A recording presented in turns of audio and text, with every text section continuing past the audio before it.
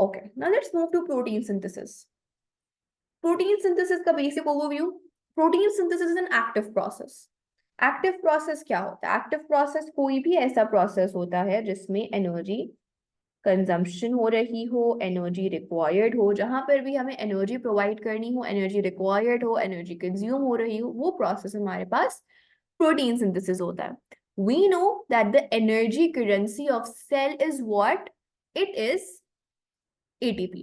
और इसकी एग्जाम्पल मैंने चैप्टर 4 में क्या दी थी कि अगर आपके मुल्क की जो करेंसी होगी, आपको उसी करेंसी पर आप उस मुल्क में रहते हुए शॉपिंग कर सकते हो, उस करेंसी को यूज कर सकते हो. मैं अगर पाकिस्तानी रुपी को जाके इस्तेमाल करने की कोशिश करूँ दुबई में, तो वो पाकिस्तानी रुपी का एक्सेप्ट होगा? नहीं. क्यों नहीं होगा? क्योंकि वो दुबई की करेंसी नहीं है. उसी तरह से सेल की एक एनर्जी करेंसी है. सेल की एनर्जी करेंसी क्या है? सेल की एनर्जी करेंसी है एटीपी. क्या हमारे पास और कोई एनर्जी रिच कॉम्पाउंड सेल में एग्जिस्ट नहीं करते? बिल्कुल करते हैं, बहुत सारे एनर्जी रिच कॉम्पाउंड्स हैं. लेकिन एनर्जी करेंसी क्या है? सेल एनर्जी एक्सेप्ट या डिराइव किस चीज से, किस कॉम्पाउंड से कर रहा है? एटीपी से कर रहा है. सो सिर्फ एटीपी एक ऐसा एनर्जी रिच कॉम्पाउंड है जिसकी एनर्जी को ब्रेक करके सेल यूज अप कर सकता है. That is why ATP is called the energy currency of the cell. ठीक है. So protein synthesis is an active process which means that it would require energy in the form of ATP. ठीक है. Protein synthesis को जब scientists ने analyse किया, देखा, तो उन्होंने क्या नोटिस किया कि जो प्रोटीन सिंथेसिस का प्रोसेस है उसको हम डिवाइड कर सकते हैं 2 स्टेजेस में, यानी वो 2 स्टेजेस में टेक प्लेस कर रहा है. First stage is transcription. Transcription is something which is taking place in the nucleus. Transcription में क्या होता है? ट्रांसक्रिप्शन में हम एक जीन को कन्वर्ट कर रहे होते हैं या जीन को हम रेप्लिकेट कर रहे होते हैं, कॉपी कर रहे होते हैं into an mRNA. So transcription by definition involves the synthesis of mRNA using a gene. ठीक है, ये कहाँ पे हो रहा है? न्यूक्लियस में हो रहा है. ट्रांसक्रिप्शन हो गई. Once transcription is completed, there are certain modifications that we need to do to the product of transcription. वो क्यों करनी है, क्या करनी है, वो अभी हम डिटेल में पढ़ेंगे.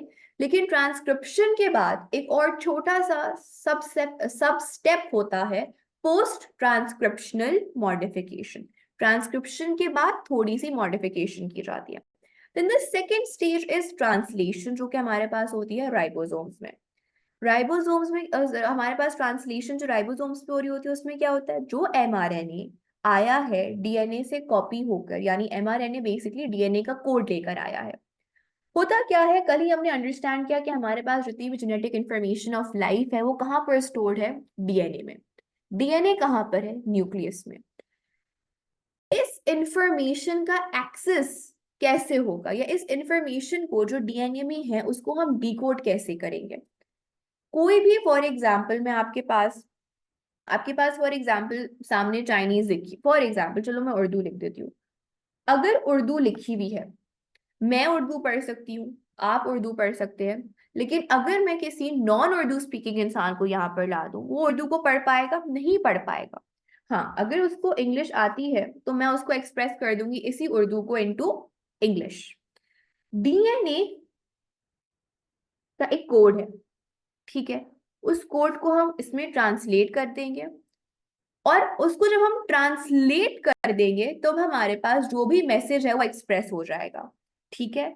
अब मसला ये है कि हमारे पास जो ये वाली चीज है इसको हम इस फॉर्म में कैसे एक्सप्रेस करें? इसके लिए हमें क्या चाहिए?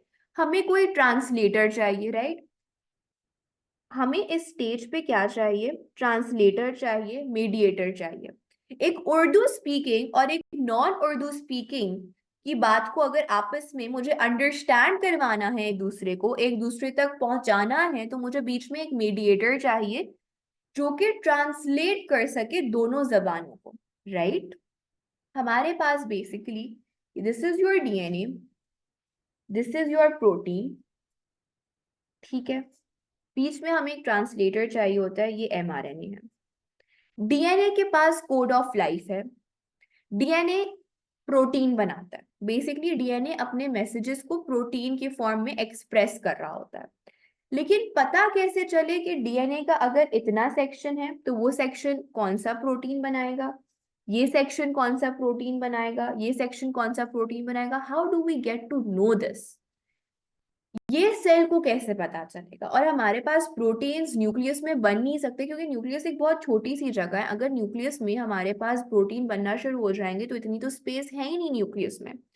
So this process of protein synthesis has to take place. A certain part of it has to take place outside of the nucleus. लेकिन प्रॉब्लम यह है कि डीएनए न्यूक्लियस के बाहर नहीं जा सकता। अब डीएनए अगर न्यूक्लियस को नहीं छोड़ सकता और प्रोटीन न्यूक्लियस के अंदर नहीं बन सकते, तो डीएनए की इंफॉर्मेशन न्यूक्लियस के बाहर कैसे ट्रैवल करके साइटोप्लाज्म तक जाए? उसके लिए हम एक मैसेंजर आरएनए बनाते हैं, एक ट्रांसलेटर की जरूरत होती है। This is basically a very general, a very simplified analogy to understand what protein synthesis is. अब हम scientifically इसको assess करते हैं। Basically, the gist of protein synthesis is this: DNA makes RNA and RNA makes protein. ठीक है, ये आपके सामने एक डीएनए का स्ट्रैंड है। मेरे पास एक डीएनए के स्ट्रैंड पे मल्टीपल जीन्स होती हैं। For example, gene of hair colour, gene of skin colour, gene of gender, gene of, for example, an insulin hormone, gene of, for example, a glucagon hormone, gene of enzyme X, gene of enzyme Y। बहुत सारी jeans एक DNA पे होती हैं। क्या हर वक्त हर gene copy हो रही होती है या हर जीन एक्सप्रेस हो रही होती है? नहीं। जो polypeptide at a certain amount of time required होता है, सिर्फ उतना सेक्शन ऑफ डीएनए जो रिस्पॉन्सिबल है उस पर्टिकुलर रिक्वायर्ड पॉलीपेप्टाइड के लिए, वो कॉपी हो रहा होता है और उसकी फिर ट्रांसलेशन होके वो सर्टेन पॉलीपेप्टाइड ही बन रहा होता है। क्योंकि अगर सारे प्रोटीन्स हर वक्त during every protein synthesis process अगर पूरा डीएनए में अनजिप कर दूं और पूरा डीएनए अनजिप करके पूरे का पूरा ट्रांसक्राइब और ट्रांसलेट हो रहा हो, तो मेरे पास हंड्रेड्स ऑफ पॉलीपेप्टाइड चेन्स एक ही वक्त में सेल में बनना शुरू हो जाएं। भले उनकी नीड हो, भले उनकी नीड ना हो, इससे क्या होगा? मेरा सेल बर्स्ट हो सकता है, मेरे जो नॉर्मल प्रोटीन लेवल्स हैं वो राइज कर सकते हैं, which can become harmful for me, right? So हमारे पास जिस पॉलीपेप्टाइड की जिस वक्त सेल को या ऑर्गेनिज्म को जरूरत होती है, उतना ही डीएनए अनजिप होता है, वही जीन अपने आप को एक्सप्रेस कर रही होती है। कल मैंने बताया था कि gene expression is basically another name for protein synthesis. क्यों? जीन अपने आप को किस तरह एक्सप्रेस करती है? In the form of protein. Gene से प्रोटीन तक का सफर हमारे पास प्रोटीन सिंथेसिस है। हर जीन हर वक्त एक्सप्रेस नहीं हो रही होती, at a designated time gene express अपने आप को कर रही होती है। Now what is a gene? ये हम 2 दफा ऑलरेडी प्रीवियस क्लासेस में डिस्कस कर चुके हैं। Gene is basically a particular sequence of DNA nucleotides, या अगर सिंपली आप बोलो, gene is a section of DNA which codes for a polypeptide. This is the catchword. For example, DNA का इतना हिस्सा मेरा जीन ए है, ये जीन ए मेरे पास प्रोटीन ए बना रहा होगा। इतना हिस्सा जीन बी है, जीन बी किसी और प्रोटीन के सिंथेसिस में इन्वॉल्व हो रही होगी। एक जीन एक पॉलीपेप्टाइड को फॉर्मुलेट कर रही होती है। सो जितना सेक्शन ऑफ अ डीएनए एक पॉलीपेप्टाइड को कोड कर रहा होता है, उतने सेक्शन को हम जीन बुलाते हैं। Are we clear on this? Gene का टर्मिनोलॉजी समझ आ गया? जीन पूरे डीएनए को नहीं कहते, एक डीएनए में बहुत सारे सेक्शन होते हैं। That section is a gene. A gene is what? It is coding for a complete polypeptide. Gene A is coding for polypeptide A, gene B is coding for polypeptide B, gene C is coding for polypeptide C, and so on and so forth. अब आ जाते हैं transcription पे। Transcription is the copying of the genetic information in a molecule of DNA into a complementary strand of mRNA. Complementary एक ऐसा word है जो हम बिल्कुल स्टार्ट से पढ़ते आ रहे हैं। कॉम्प्लीमेंट्री का मतलब ये है कि जो उस चीज को कंप्लीट कर रही हो या जो उस चीज का पेयर हो, वो कॉम्प्लीमेंट्री होता है। A single strand of the DNA is used as a template. Can anybody tell me कि single strand of a DNA क्यों यूज हो रहा होता है टेम्पलेट के, as a template?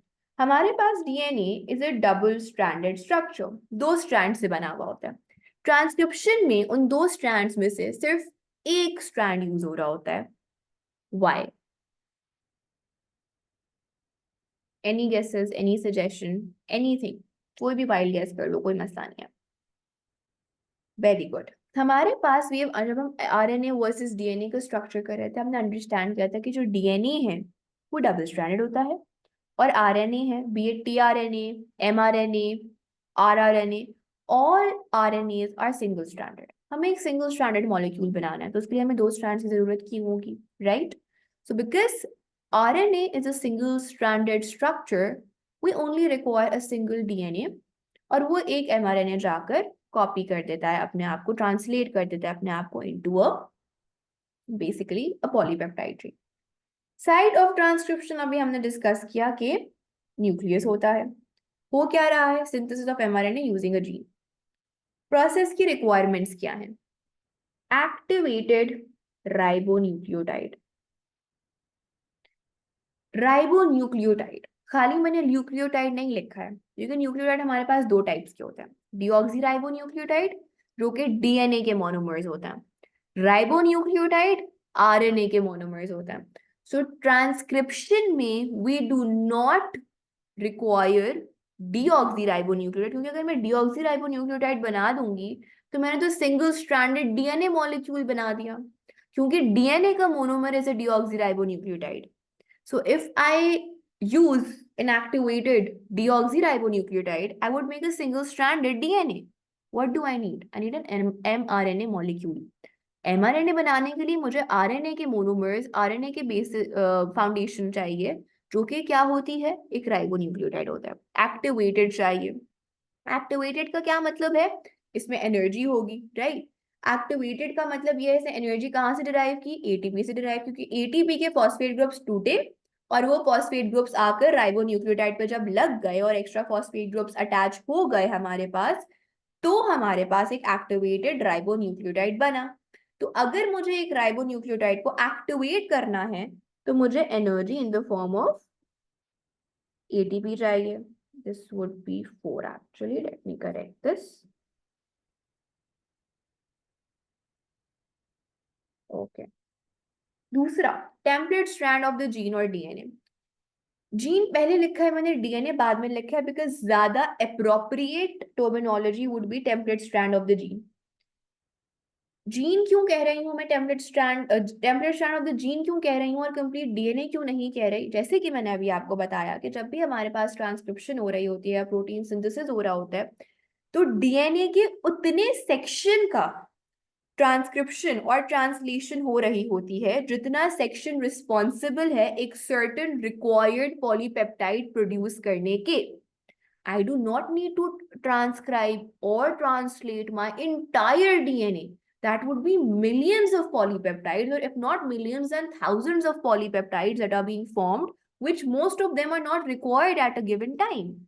So, just the part which would give me the required polypeptide needs to be transcribed and translated. Henceforth, the template strand is of the gene which needs to be coded to form the relevant polypeptide. ठीक है?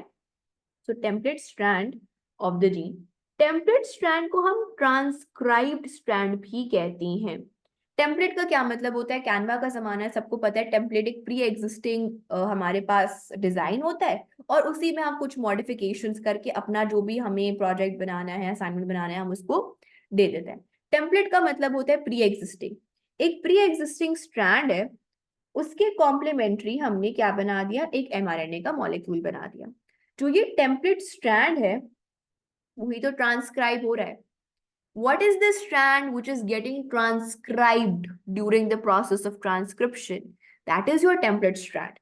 तो template strand का जो दूसरा नाम है वो क्या है? It is also called your transcribed strand. Enzyme क्या इन्वॉल्व होती है? जैसे हमने डीएनए रेप्लिकेशन में पढ़ा कि हमारे पास डीएनए पॉलीमरेज एक एंजाइम होती है जो सारे न्यूक्लियोटाइड्स को आपस में जोड़ती है और एक नया डीएनए स्ट्रैंड, डीएनए मॉलिक्यूल बनाती है। वैसे ही during the process of transcription and enzyme is needed, जैसे कि हर मेटाबॉलिक रिएक्शन के लिए एंजाइम चाहिए होती है, and in this case we need what, we need the RNA polymerase.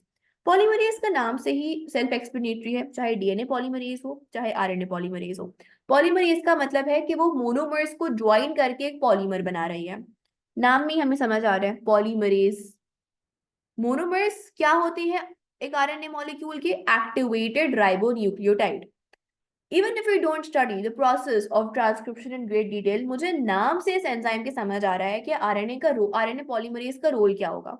RNA polymerase का रोल ये होगा कि जितने भी एक्टिवेटेड राइबोन्यूक्लियोटाइड्स कॉम्प्लीमेंट कर रही हैं इस टेम्पलेट स्ट्रैंड को, उन तमाम राइबोन्यूक्लियोटाइड्स को आपस में जोड़ के एक पूरा एमआरएनए का जो पॉलीमर है, एमआरएनए पॉलीमर क्यों है?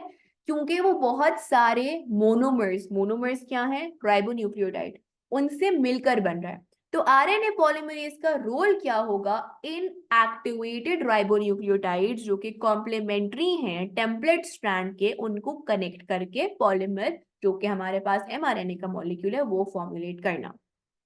बेसिक ओवरव्यू समझ आ गया है, so we dive into the details now. हमारे पास this process of transcription can be divided into three parts: initiation, elongation, termination. Again बहुत एक लंबा सा प्रोसेस था, हमने उसके सब पार्ट्स कर दिए। Initiation, start. स्टार्ट क्या होगा? अच्छा, बिफोर वी अंडरस्टैंड स्टार्ट क्या होगा, एक छोटा सा हम अंडरस्टैंड करते हैं, नोट पढ़ लेते हैं। ये मेरे पास फॉर एग्जाम्पल यहाँ आपके पास एक डीएनए था। अब मैं ये जीन आपके सामने है, ये पूरी एक जीन है। मैं इस जीन का एक रफ स्केच आपके सामने यहाँ पे बनाती हूँ।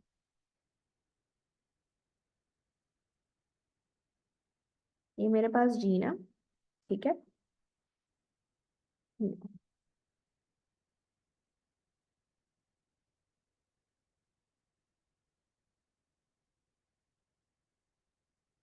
जीन हमारे पास बेसिकली सेक्शन ऑफ डीएनए को कहते हैं।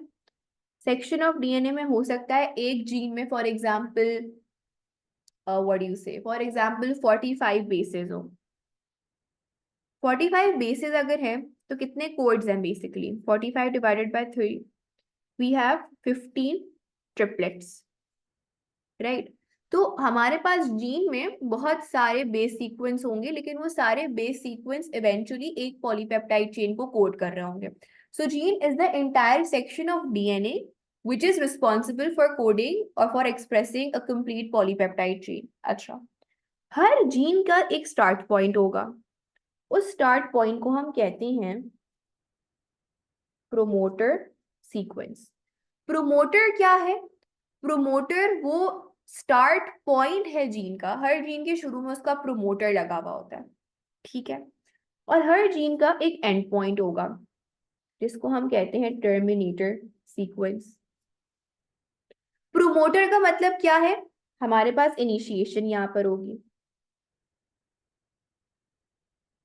टर्मिनेटर का क्या मतलब है? टर्मिनेटर सीक्वेंस, इसका कंप्लीट नाम बेसिकली होता है ट्रांसक्रिप्शन टर्मिनेटर सीक्वेंस, और ये प्रोमोटर सीक्वेंस है। सीक्वेंस का मतलब sequence of nucleotide. Transcription terminator जो एंड होगा वहां पर हमारे पास टर्मिनेशन हो रही होगी, ठीक है। अच्छा, अब ये जो बीच में पार्ट्स है ना, अब जीन्स के दो पार्ट्स होते हैं। जीन्स में दो सेक्शंस होते हैं, इंट्रॉन्स, एक्सॉन्स, इंट्रॉन्स। इंट्रॉन्स हमारे पास जो होते हैं वो non coding part of the gene है, यानी इनका कोई फायदा नहीं है। क्यों? क्योंकि इन्होंने कोई मैसेज नहीं लिया हुआ, इनके पास कोई कोड नहीं है। They do not hold any message, they do not hold any code. So मैं ये कह सकती हूँ कि मेरे पास इंट्रॉन्स एक इंतहाई फालतू पार्ट है डीएनए का। फॉर एग्जाम्पल जैसे कि अपेंडिक्स, हम सब क्या, हम we are born with an appendix, right. But appendix का हमारा जो फिजियोलॉजी है, फिजियोलॉजी क्या है? हमारी बॉडी की फंक्शनिंग। हमारी बॉडी की फंक्शनिंग में अपेंडिक्स का कोई काम नहीं है। एक ऑर्गन है, कंप्लीट ऑर्गन है, एग्जिस्ट करता है, हमारे डाइजेस्टिव ट्रैक्ट का पार्ट है, लेकिन कोई रोल नहीं है उस ऑर्गन का। तो उसी तरह से इंट्रॉन्स जीन का पार्ट है, लेकिन उनका कोई रोल नहीं है, क्यों? क्योंकि उन्होंने कोई कोड ही नहीं लिया हुआ, कोई मैसेज ही नहीं लिया हुआ, कोई इंफॉर्मेशन ही नहीं है, तो वो एक irrelevant part of the gene है। Exons on the contrary are the coding part of the DNA. ये हमारे पास जीन का एक बेसिक समरी आपके सामने है। जीन में क्या क्या है, let's quickly revise. Promoter, promoter है जहां से इनिशिएशन होगी, ये प्रोमोटर का मतलब है start point of the gene. Terminator, जहां पे हमारे पास हमारी जीन का पता चल रहा है कि यार ये जीन इस पर्टिकुलर सेक्शन की इस पॉइंट पर आके खत्म हो रही है, फुल स्टॉप है जीन का, जीन का एंड टेरिटरी मार्क कर रहा है, ठीक है। प्रोमोटर पे इनिशिएशन होगी, टर्मिनेटर पे टर्मिनेशन होगी, ठीक है। Start of our transcription, end of our transcription. इस पूरे ड्यूरेशन में हमारे पास इलोंगेशन होगी। इलोंगेशन का क्या मतलब है? इस पॉइंट, अभी तो मैंने खाली इंट्रॉन्स और एक्सॉन्स समझाने के लिए दो इंट्रॉन्स और दो एक्सॉन्स दिखाए हैं, बट फॉर एग्जांपल 5, 7, 8 एक्सॉन्स हैं जीन में, तो वो जो 7 या 8 एक्सॉन्स हैं वो अपने आप को कोड कर देंगे। पहला कोड हुआ, दूसरा कोड हुआ, तीसरा कोड हुआ, चौथा कोड हुआ, जितने भी एक्सॉन्स हैं वो कोड हो गए। आपस में वो सारे जो एमआरएनए के सीक्वेंसेस कोड होते जा रहे हैं, कॉपी बनाते जा रहे हैं, वो आपस में कनेक्ट हो रहे हैं। 1 2 3 4 5 6 so on and so fourth, वो जब आपस में कनेक्ट होंगे तो बेसिकली जो मेरा मॉलिक्यूल बन रहा है वो इलोंगेट हो रहा है। पहले वो एक ट्रिपलेट कोड हमारा कॉपी हुआ, फिर दूसरा ट्रिपलेट कोड कॉपी हुआ, फिर तीसरा कोड ऑन कॉपी हुआ, सो ऑन एंड सो फोर्थ, तो एक लंबी सी एक चेन बन रही है। So this is basically a general gist of your transcription.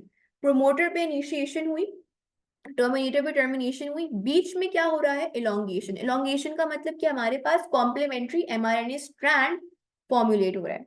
हमारे पास प्रोमोटर पे ऑब्वियसली जो हमारे पास स्टार्टिंग पॉइंट है वहीं पर एंजाइम आरएनए पॉलीमरेज आकर बाइंड करेगी, तो ये मेरे पास आरएनए पॉलीमरेज है। आरएनए पॉलीमरेज का इनिशिएशन का बेसिक जो डेफिनेशन है, या इनिशिएशन का बेसिक जो हम एक्सप्लेनेशन देते हैं वो ये देते हैं that initiation is when our RNA polymerase attaches or binds to the promoter। जब तक जो एंजाइम पूरा ये प्रोसेस कराने वाली है वही आकर बाइंड नहीं करेगी स्टार्ट पॉइंट पे, इनिशिएट कैसे होगा हमारा प्रोसेस?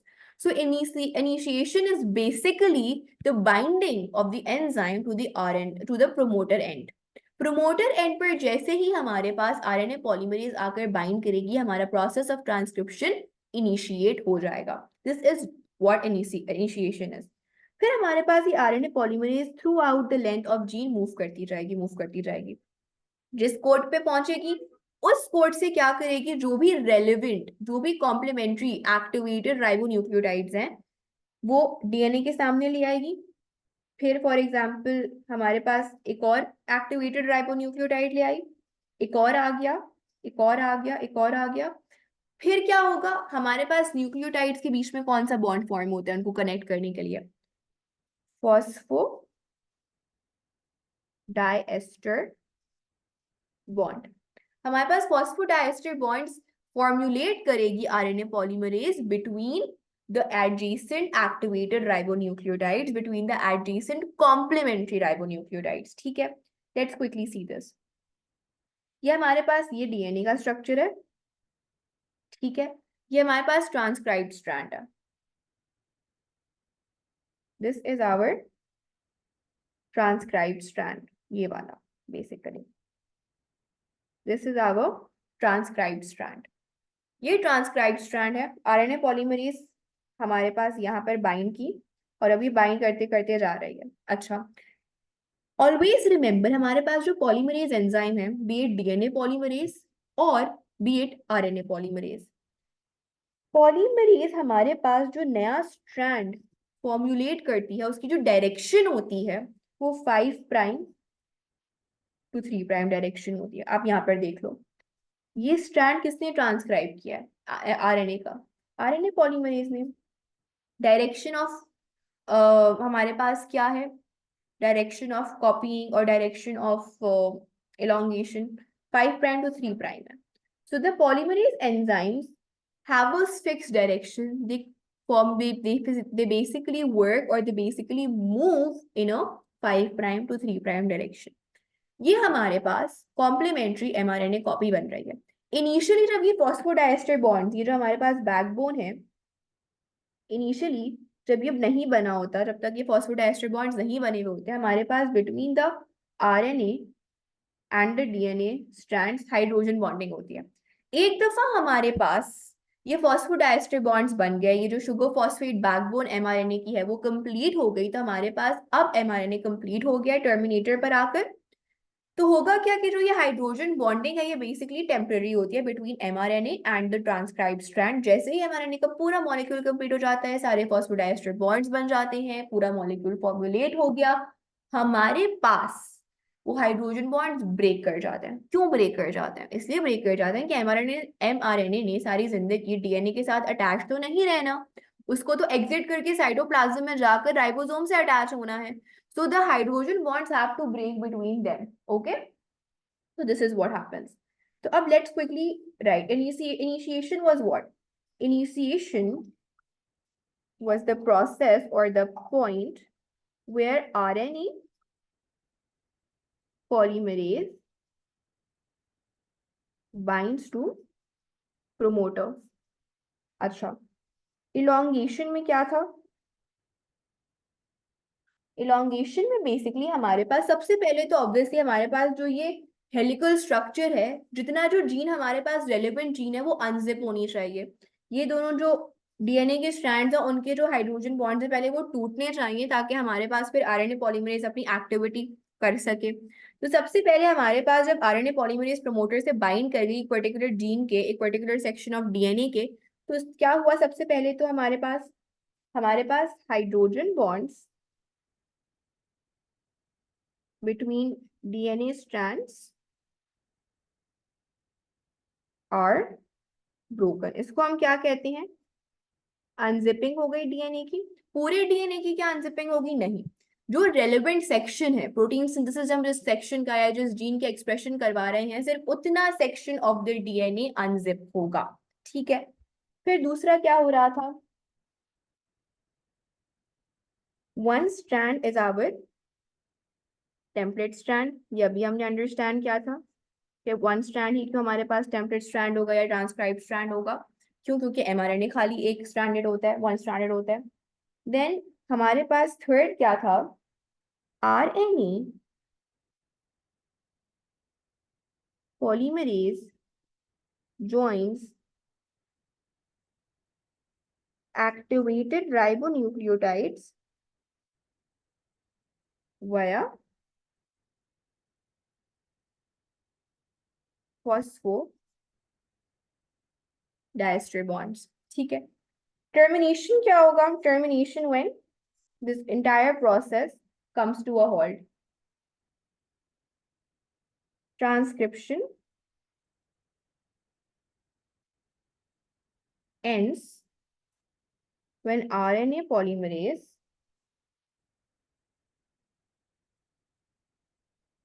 reaches the terminator। अब जो हमारे पास ये मॉलिक्यूल बना है, द कॉम्प्लीमेंट्री आरएनए मॉलिक्यूल, इसको हम क्या बुलाते हैं? इसका एक नाम होता है। What is the name? इसको हम कहते हैं primary transcript. Why do we call it primary transcript? Primary का मतलब होता है बिल्कुल इनिशियल, बिल्कुल फाउंडेशन।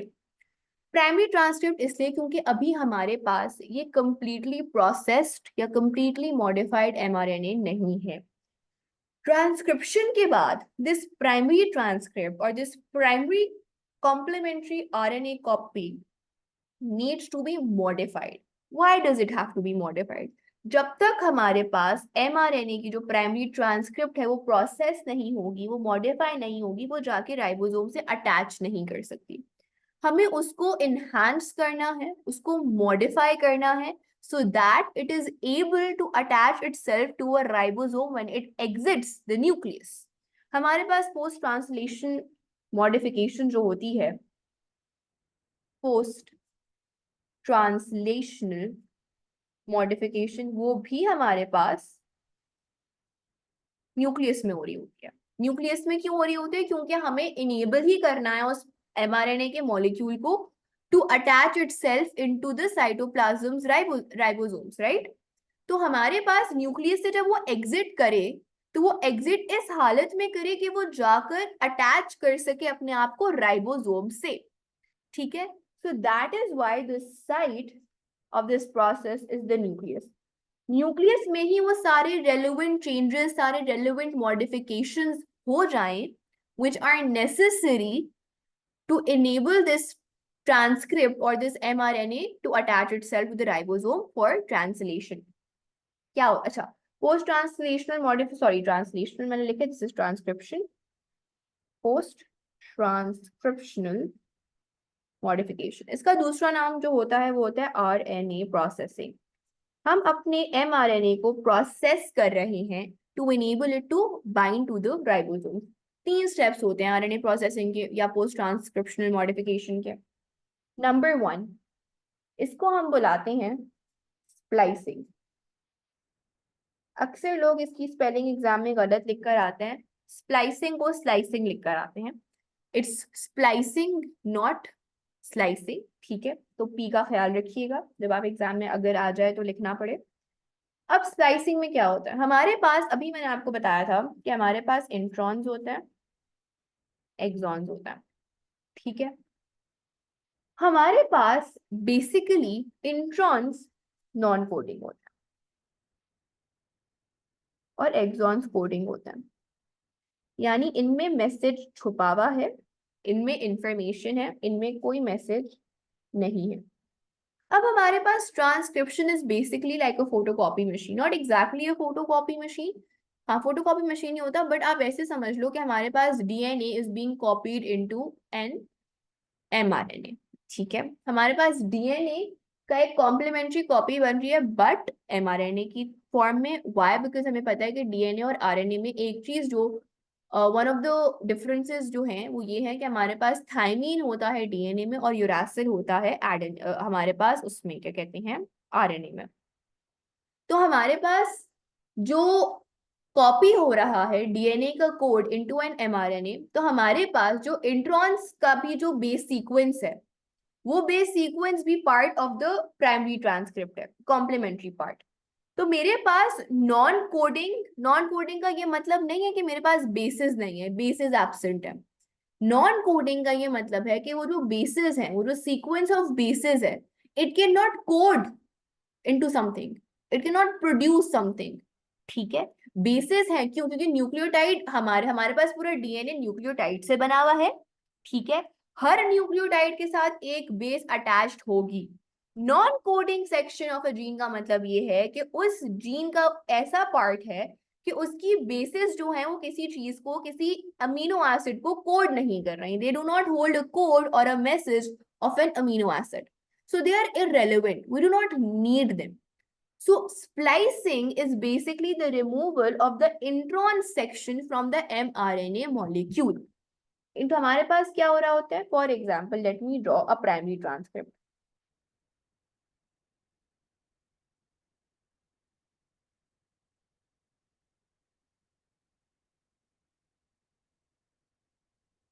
मेरे पास ये एक्सॉन है, ये एक्सॉन है, ये एक्सॉन है, ये मेरे पास इंट्रॉन है, ये मेरे पास इंट्रॉन है, ठीक है। मुझे इस पार्ट को रिमूव करना है, सॉरी, मुझे बेसिकली इसे रिमूव करना है, इसे रिमूव करना है। इस रिमूवल को क्या कहते हैं? स्प्लाइसिंग कहते हैं। अब ऐसे अलग अलग टुकड़ों में तो मुझे एमआरएनए नहीं चाहिए या अपनी जो भी मैंने मॉलिक्यूल बनाया चाहिए, तो मैं क्या करूंगी, मैं पहले मैं इंट्रॉन्स को रिमूव कर दूंगी, स्प्लाइस कर दूंगी, स्प्लाइसिंग कर दूंगी, और इन सारे एक्सॉन्स को मैं क्या कर दूंगी, अटैच टुगेदर कर दूंगी। स्प्लाइसिंग का जो प्रोसेस है, हमारे पास हर प्रोसेस के लिए एक इंडिविजुअल एंजाइम होती है। तो जो हमारे पास पहली चीज हो रही होती है आरएनए प्रोसेसिंग में, वो क्या हो रही होती है, splicing. Splicing is basically the removal of introns and the enzyme. ये हमारे पास, इसको हम अक्सर कहते हैं कि जो ये एंजाइम है जो स्प्लाइसिंग कर रही होती है वो हमारे पास जेनेटिक सिजर है, वो जीन के किसी पार्ट को काट रही है, तो इस वजह से हम उसको जेनेटिक सिजर भी बुलाते हैं। Enzyme which is responsible for splicing is known as spliceosome। अच्छा, अब हमारे पास स्प्लाइसिंग हो गई, हमारे पास ये चीज आ गई। अब क्या फर्दर मॉडिफिकेशन करें? हम कैप लगाएंगे, हम करेंगे क्या जी, हम 5 प्राइम कैपिंग कर देंगे। हमारे पास mRNA मॉलिक्यूल का एक 5 प्राइम एंड होगा, for example this is the 5 prime end, this is the 3 prime and.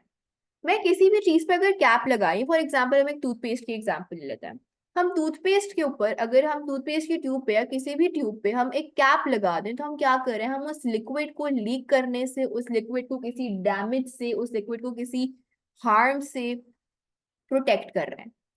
तो मैं क्या करूंगी, मैं 5 प्राइम पे एक कैप लगा दूंगी। अब वो कैप कोई लिटरल कैप नहीं होता, कैपिंग हमारे पास जो होती है 5 प्राइम पे, वो हम एक एडिशन कर देते हैं एक गुआनीन मॉलिक्यूल का at our 5 prime and.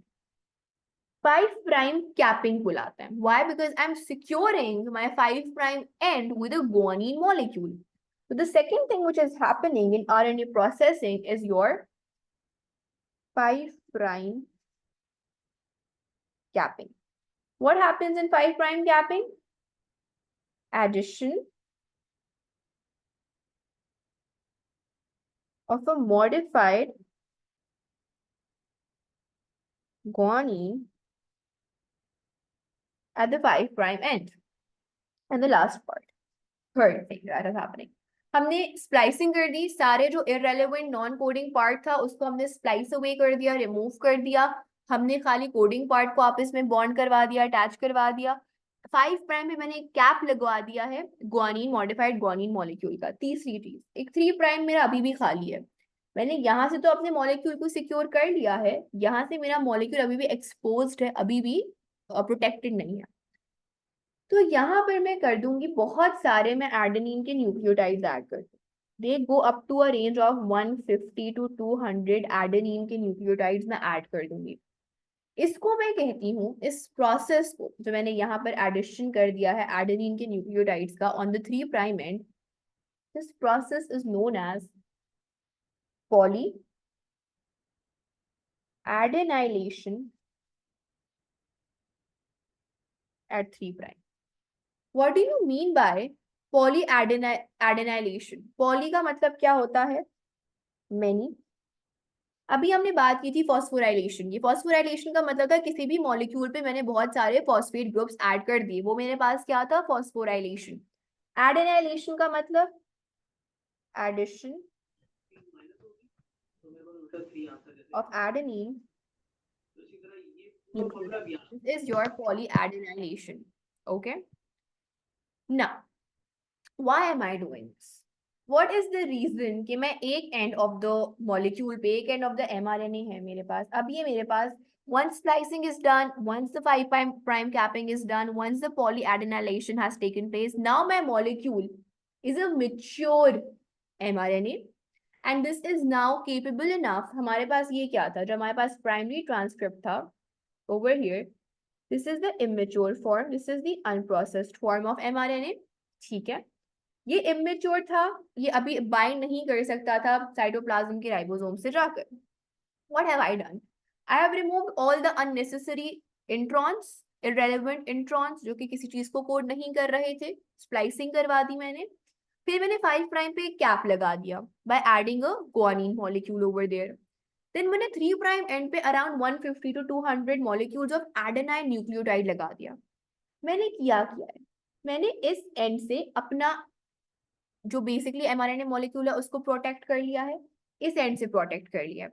Protect का क्या मतलब है, कोई भी हार्म, कोई भी फॉर एग्जांपल एंजाइम है जो आकर अटैक करने की कोशिश करे mRNA मॉलिक्यूल को इन द साइटोप्लाज्म, क्योंकि हमारे पास बहुत सारी इंट्रासेल्यूलर एंजाइम्स प्रेजेंट होती हैं, right, we have a lot of intracellular enzymes, वो आकर अटैक करना चाहे mRNA को, तो वो पहले इसको अटैक करेंगी, इस एंड को, या फिर इस एंड को अटैक करेंगी।